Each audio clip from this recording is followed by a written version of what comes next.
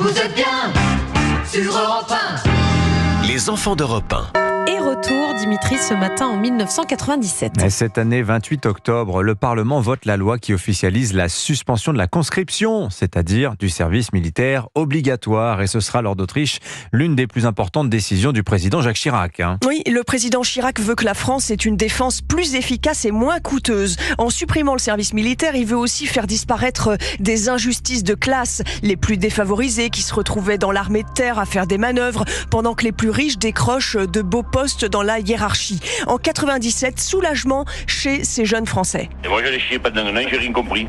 Pour moi j'ai perdu 10 mois, j'ai fait des études, après le bac j'ai fait un certain nombre d'études, et là j'ai perdu l'expérience que j'avais acquise, les contacts avec les entreprises que j'avais acquis, et c'est sûr que c'est une perte totale, j'ai rien appris à l'armée et j'ai perdu beaucoup sur ce que j'avais appris avant. Le service militaire est un monument républicain apparu 2 siècles plus tôt, en 1798, et qui a marqué la vie de tant de Français. Le chanteur Johnny Hallyday est fier en 62 sur Europe 1 d'avoir été jugé apte au service militaire. On m'a dit bon pour le service. On vous a regardé sur toutes les coutures? Sur toutes les coutures, bien sûr. Vous auriez aimé être réformé?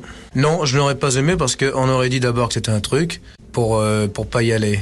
Quelle est la spécialité que vous souhaiteriez avoir dans l'armée? Vous savez, moi j'aimerais bien être dans les motards de protection. En 97, un peu partout en France, les casernes se préparent à fermer. Jacques Chirac veut une armée de 350 000 soldats. Il faut donc faire disparaître une quarantaine de régiments. C'est un déchirement aussi pour plusieurs villes moyennes dont les régiments sont le poumon économique, comme ici à Sarrebourg en Moselle. Dans les cafés de Sarrebourg, fréquentés par les engagés et les appelés du contingent, la prestation télévisée de Jacques Chirac est mal passé. Alors je vois pas comment il veut redresser le chômage et supprimer des gars de l'armée. Moi j'ai 4 employés jusqu'à maintenant, les jours qu'il n'y a plus de militaires, j'en aurai plus qu'une.